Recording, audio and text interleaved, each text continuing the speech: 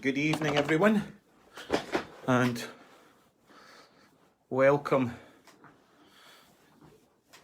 I'll just give it a little minute and see if anybody comes on, and I can get myself settled. Louise, good evening. Give you a wave. I'm just waiting to see if a few more people sign in before I start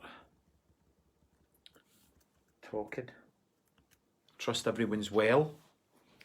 Just trying to figure out what day of lockdown we're on. It must be about day 12. Good evening, Frank. Okay, I'm going to get ready to start. We'll just get straight in. Those that aren't watching, we'll dip in and out, my friend. Okay, so good evening and welcome. And I would like to take this opportunity tonight to thank everyone who has took the time to tune in. And my only agenda is that one person through this can find their way into recovery. Thank you for the messages of gratitude and for all the many questions. Those to whom I have not yet answered, I will get round to you as soon as, and perhaps some of the questions which have been answered, some of the questions that have been asked, they had a similar theme, and I've attempted to cover them in the context of the last and final of our addiction, the shadows and recovery on at least 12 steps. I may continue to do some talking stuff on addiction for those that are interested. So yeah, thank you very much, and the gratitude I feel is astounding. So one of the main questions has been, can anyone benefit from the 12 steps? And my answer is, if you are willing to get out your own way, find an appropriate substitute for the word God, if that gets in the way, I would wholeheartedly say yes. We all suffer from an internal turmoil in one form or another. And while those with tangible and easily defined addictions may require help more urgently than others, a programme of self-discovery and transformation can benefit anyone who feels ready to change. You may sometimes hear people in anonymous meetings in the fellowship declare their pity for non-addicts who do not benefit from the teachings of a recovery programme. And this is one of the reasons why I broke away from the fellowship. Hi, Stephen. Give Stephen a wave. Did you know? Yeah, Stephen, you've just come in. You missed a little bit, but we're all good. We're all here. You will sometimes hear people in the fellowship meetings saying that there's Kevin just come in.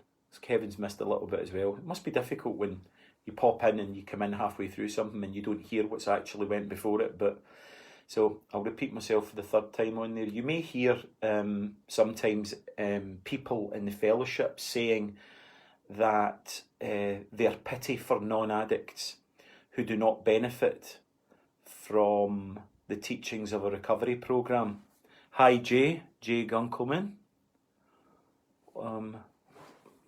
Jay, good evening from Scotland. Jay must be one of the most cleverest men in neuroscience on the planet. Certainly you must be up there in the top 10. I've read a lot of your work, sir, so absolute bow before you. Welcome.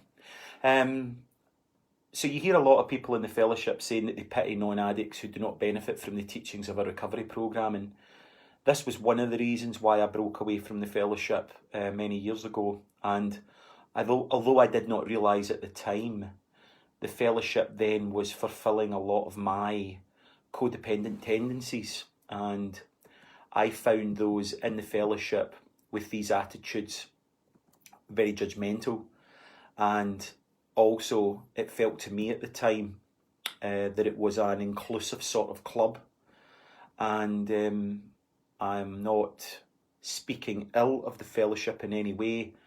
This has been my experience, but also I owe my life to the fellowship, and I currently have to pay a lot of respect to the fellowship for what it has given me and what it continues to give me. But somebody had asked, one of the questions was, why did I break away from the fellowship? And that's the answer. So those that come in late, I'm answering some of the questions that I had because I can't get through to them. I've been inundated with messages and I'm doing my best to catch it through. I have absolute full respect for the programme. That is not what I'm saying, so please don't hear that. We are all slaves, incarcerated to varying degrees. The fortune of the addict lies in a greater desire to break down the walls of such incarceration. In some ways easier for the addict to recognise the destructive patterns and the chaos that it's causing, because it is an external substance leading to the depravity that's in our lives. Our addiction's readily apparent. We benefit most from the consequences, yet we know what rock bottom feels like, and indeed beyond rock bottom we can sometimes get to realise that there's actually a basement, and whereas others who are not in the clutches of external substances or alcohol, they may feel dissatisfied with their lives. Many may never suffer quite enough misery that those that have been in the darkness of addiction, they've never experienced quite enough misery to spark their desire for change. And those not in addiction also find it hard to comprehend that there is an internal addiction to an internal biochemical reaction which is conjured up from our thinking and our perception that is causing such turmoil in our lives. And we may never have the opportunity, sorry, not we, but those that haven't, got to the bottom of the pit through alcohol and substance misuse, they may never have the opportunity to heal, unfortunately, and they might never get to see behind the wall. So for many, the concept now, as we're working this programme, spirituality can be very unfamiliar, and in a lot of cases it's been lost from our constructs, and indeed we've rejected it. A lot of people have. If you seek solace in bars or in a crack house, what comes alongside that are other challenges such as broken relationships, crumbling marriages, criminal histories, and just a life of complete and utter turmoil and chaos. So even those who have had an upbringing in church,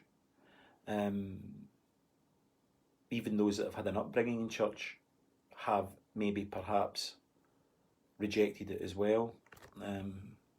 So I'm just flicking that off. My secondary education was within an evangelical Christian secondary school, and my experience of that was more religious than and prescriptive. It was very religious, it was very prescriptive, it was very dogmatic, and it was less than spiritual. But when you are working through the 12 steps, by the time you arrive at step 11, which we did last night, you may discover a measure of spirituality at work in your life. And I certainly hope that if you have worked through the steps, that you've got to taste the spirituality soup that we get to. It's as warming and as hugging as our grandmothers that would have been on the stove. For many in the fellowship, they say that they have discovered their higher power. For me, I gained an understanding of that power, and I learned how to utilise that in my own life. I have learned to let go and let God. And again, we're doing, it's like I'm doing this because I was challenged, and I'm doing this because I was challenged, and it's not because I think I have. Well, I do. One of my flaws is arrogance, but I get it wrong, and doing these videos is not because I've got the answers. I definitely don't have the answers. I've just had the courage to sit out in front of a screen and talk about something that I'm passionate about, which is addiction. And the reason I'm passionate about that is because I spent a long time in my life in the shadows, and I've tasted what it's like to live in the light. And if I could pass that on to even one person, I know that on my deathbed I may have caused so much harm to many people, but if one person has walked the life of recovery, then it makes it all a lot better. So we get to step 11. I'm getting loads of messages. Thank you for writing messages. So step 11. While sought through prayer and meditation to improve our conscious contact with God as we understand her, praying only for the knowledge of her will bring for us and the power to carry it out. So I think God's a woman, so I put it as women because that works for me. All you can do is shine the light, Ross, and we can do the digging. Cheers, Stephen, I appreciate that.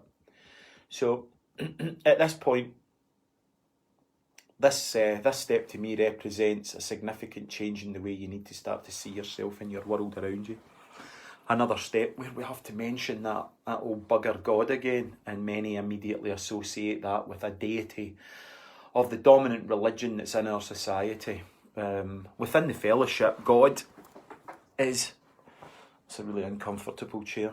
I've got two really comfortable chairs over there as well, and but I don't have anything to sit my computer on over there. So, God in the fellowship is a neutral term, and I think it's best not to get caught up in how other people choose to define it. Really, it's about doing the steps. It's about getting into the rooms.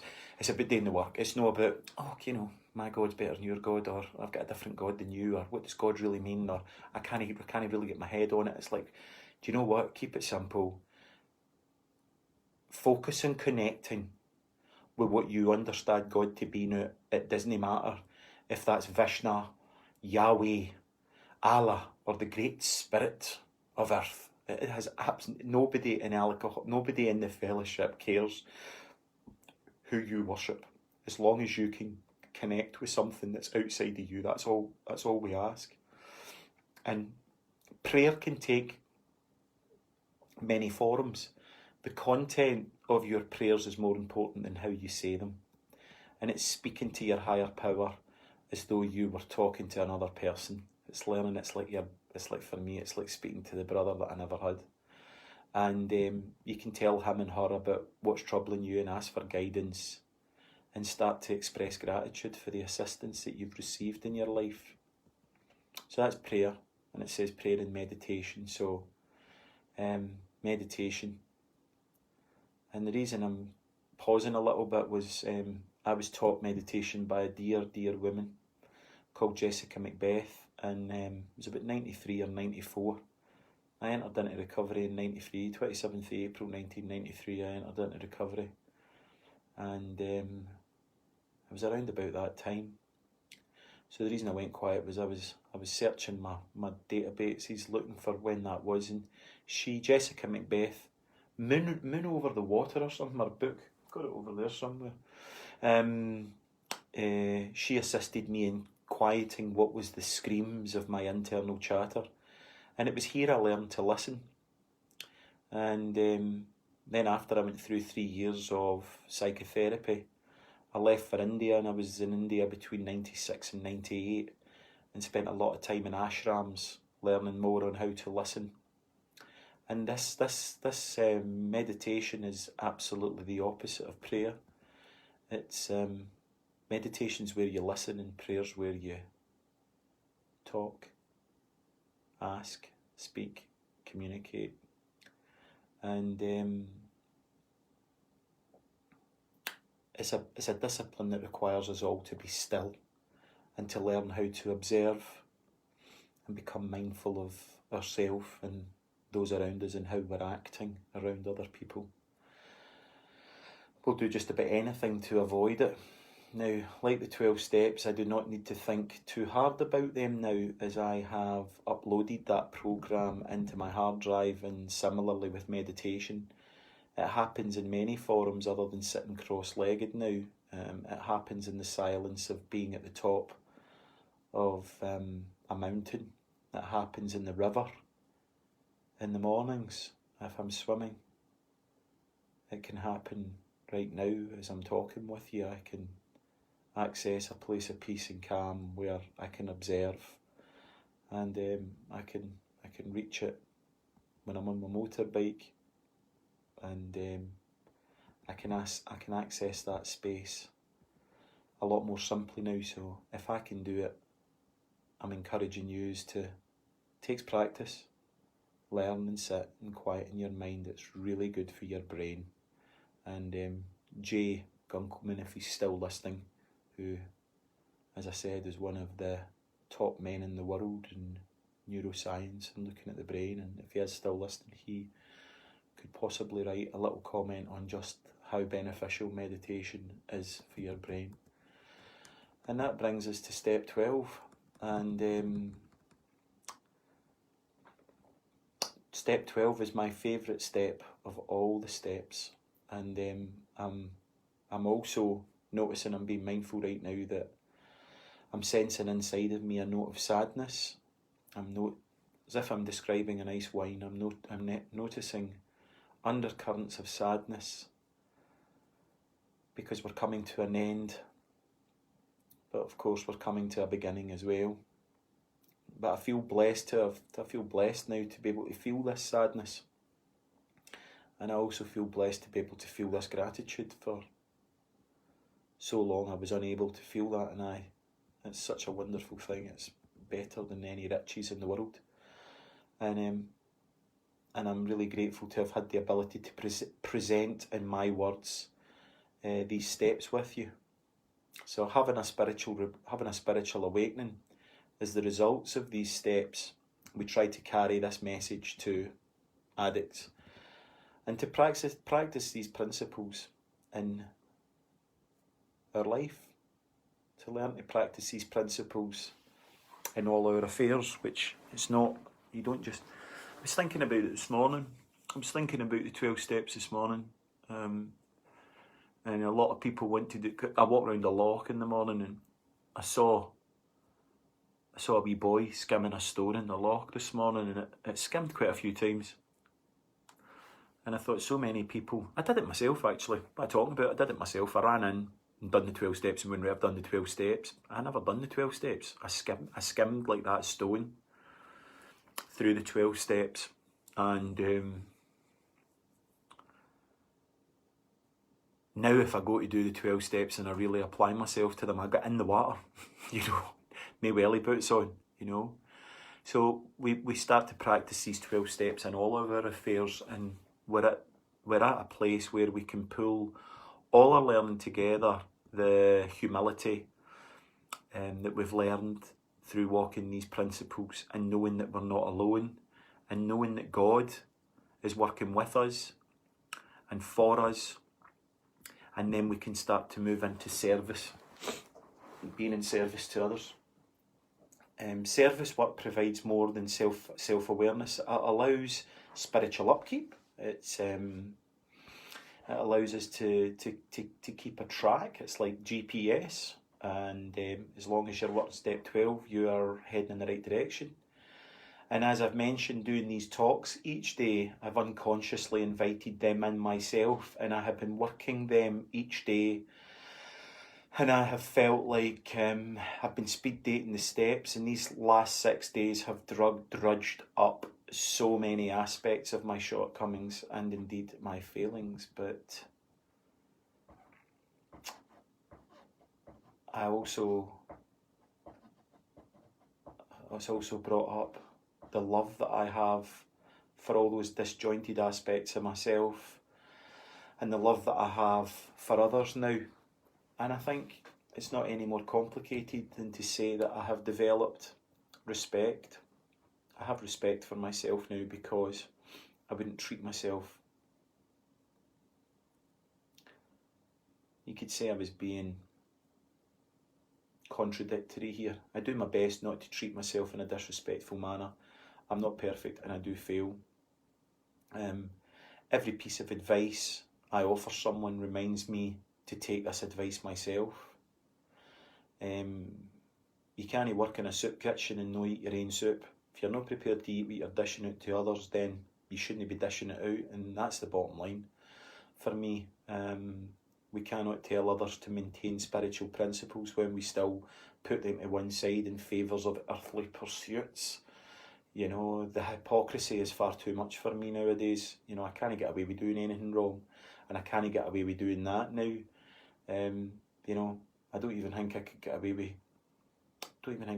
with stealing a Mars bar now. You know what I mean? I would lose sleep and I'd go back into the shop the next day and I'd be like, mate, I stole this Mars bar. And you know, in a lot of ways, the past is always present, and you know, the things that you've done is always with you. And I have done some horrific things to myself fundamentally. I've done horrific things to other people, but he who seeks revenge digs two graves. He that, you know, when you hurt yourself, when you hurt other people, you hurt yourself as well. It's a mirror. And you know, I've sat for times in my life and thought, I'm going to go down and, you know, I'm going to go down to the pole, because the guilt was just so overwhelming. Something I'd done 20 years ago, 15 years ago, I'm going to go down to the police and tell them I'd done it. And where's that going to get me now? So, if I work in a soup kitchen and I'm not prepared to eat the soup I'm dishing out, that doesn't work for me any longer, because that hypocrisy, it just eats me up inside. Not only do we need to increase our awareness during step 12, but we also need to find that it becomes essential, if you're working this step, to practice these principles in all our affairs. We're at this point in our programme that we really have to remain vigilant. We can't become complacent in any way, and we may slip from time to time. That's natural. As long as you can get back up, and as long as you've got folk around about you that you know can get you back up and you know you can rely on. But we acknowledge this using the skills that we've developed. We've got a programme, and we have trust in that, and we've developed it, and our goal is just to keep moving forward. We can never fully heal the deepest fractures, wounds or traumas. That's impossible. And we can never heal in this earthly body the deep disconnection that we feel from Source. We've left Source. We're not spirit. We're human. And that pain lives inside us all. But to have awareness that the steps have brought with you, and as long as we maintain that awareness will heal our compulsions, our pathology, our addiction, and we keep finding adventures and avenues for new growth. Step 12 acts not as a destination, but it's an ongoing source of the unfolding journey that we're all on. The more we give, the more we receive. The act of giving releases a chemical in our brain called oxytocin, and that's the bonding chemical that we receive in childbirth. Science has equally showed us that fathers receive oxytocin as well when our children are born, and that chemical we receive in childbirth assists the attachment theory, the newborn child, and it's essential to create that positive bonding. The other amazing heavenly quality of it is when we're pumped with oxytocin, it's much more difficult to relapse and for addiction and also destructive behaviours to take grip. Now that's science, and I don't know if Jay Gunkelman's left, but I'm sure that Jay would also agree with all of that. So, and I've managed, big hip hooray to myself, that it's only took me 6 days to get to do these in half an hour, because I felt that half an hour was probably long enough. I can't thank each and every one of you enough that's come through, that's thought enough of me to listen to what I've had to say and listen to my, as I said, I'm not right, it's just my opinion on it. I don't think I'm right, it's how I interpret it. We all drive a car differently. We can't all be wrong if we get to work every morning, can we? Is that the same feeling as gratitude? I don't know. What one did I say, Stephen? I feel grateful. I feel... Ping it through quickly, Stephen, and I'll try and answer that for you. I feel very grateful for my life now and working a programme. Is it my posse? No, it's not my posse. It's not that it's a bad thing. It just wasn't for me. And I think I completely disagree, you know, as a psychotherapist. But not also just that. I'm not. Oxytocin, is oxytocin the same as gratitude? No, oxytocin's not the same as gratitude. Oxytocin is a chemical that it's a chemical that's released when you give, when you keep giving, when you extend yourself to other people, and you do it selflessly. The more selflessly you can give yourself to another person, the more oxytocin you can get to receive. Do you get oxytocin through feeling gratitude? That I don't know. You would have to Google that. Oxytocin. And there's loads of... You're not going to get a lot of information on oxytocin and addiction in literature. It would be in scholarly articles that's been written in PhD research and stuff like that. So you're not going to get like a book on it. So no. Yeah, it's been an absolute privilege to have walked these 12 steps with you in 6 days. It's been a bit of a rough ride for me. I'm going to walk with my sponsor in the morning. Well overdue. I'm going for a walk with my sponsor in the morning. We're going to do an 8-mile hike round Lanark. And 2 metre distancing, of course. Enjoyed it. I did feel you came across as very thoughtful, more than recently. Thanks, Claire. Now, I'll just quickly look through and see if anybody's got any questions that I might have. Gordon was watching. It's funny the people that come in at the end, what that must be like. John Crossan, Dutchy, Walter Finlay, Jerry, Marcia, Hillary, hi Hillary, Stuart Murdoch, hello. Nikki Harts has decided to watch. To what do I own this pleasure, Nikki? Alex Crawford is watching. I'm glad you came in. Appreciate it. Paul Connor. Stephen, all we can do is shine the light. There's been no questions. Louise, sorry, I knew Louise had put something in. Louise, you've said, I agree. You relate again. It's sad, but we have the chance to save ourselves. Living with constant addiction from day dot. If you want it enough, it's there. But with sadness and upset, sometimes it's trickier. It's always going to be tricky. The devil doesn't want to let go of its clutches over us.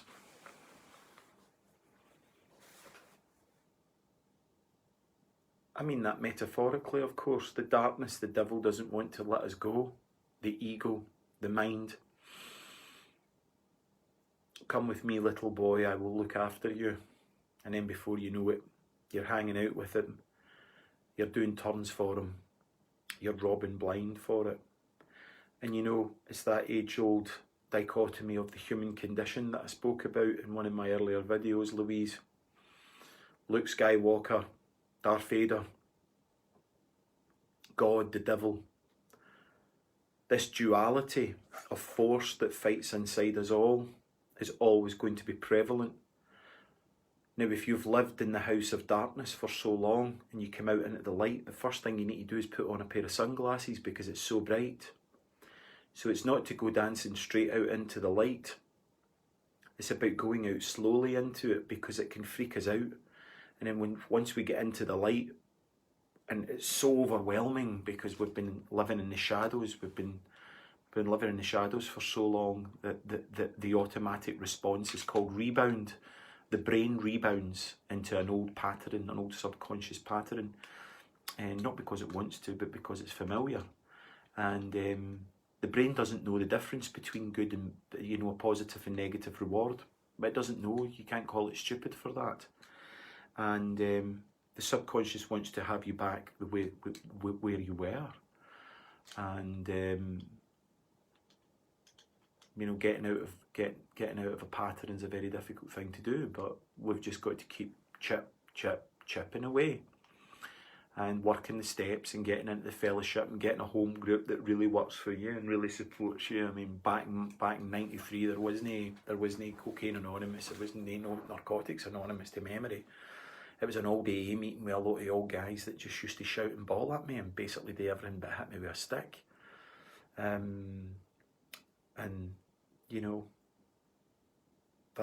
That was cool. Certainly where I came from, there wasn't an NA meeting. I mean, I never found or stepped into my first NA meeting to the late, in 2000, and I was certainly sober a long time. It's about 2000, and for me the first NA meeting I went in, it was probably about 2004.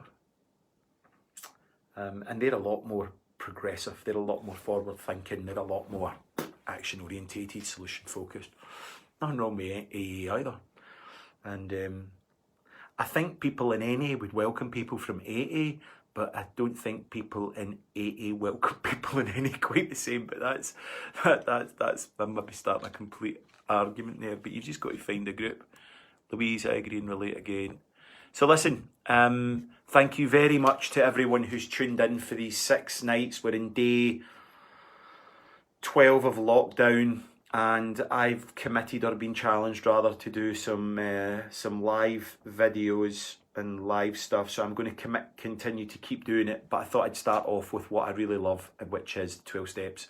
So just before we go, those that are watching, those that are in recovery, I'm going to say my last but final serenity prayer to leave you with, and extend my gratitude for those that continue to support me in my work.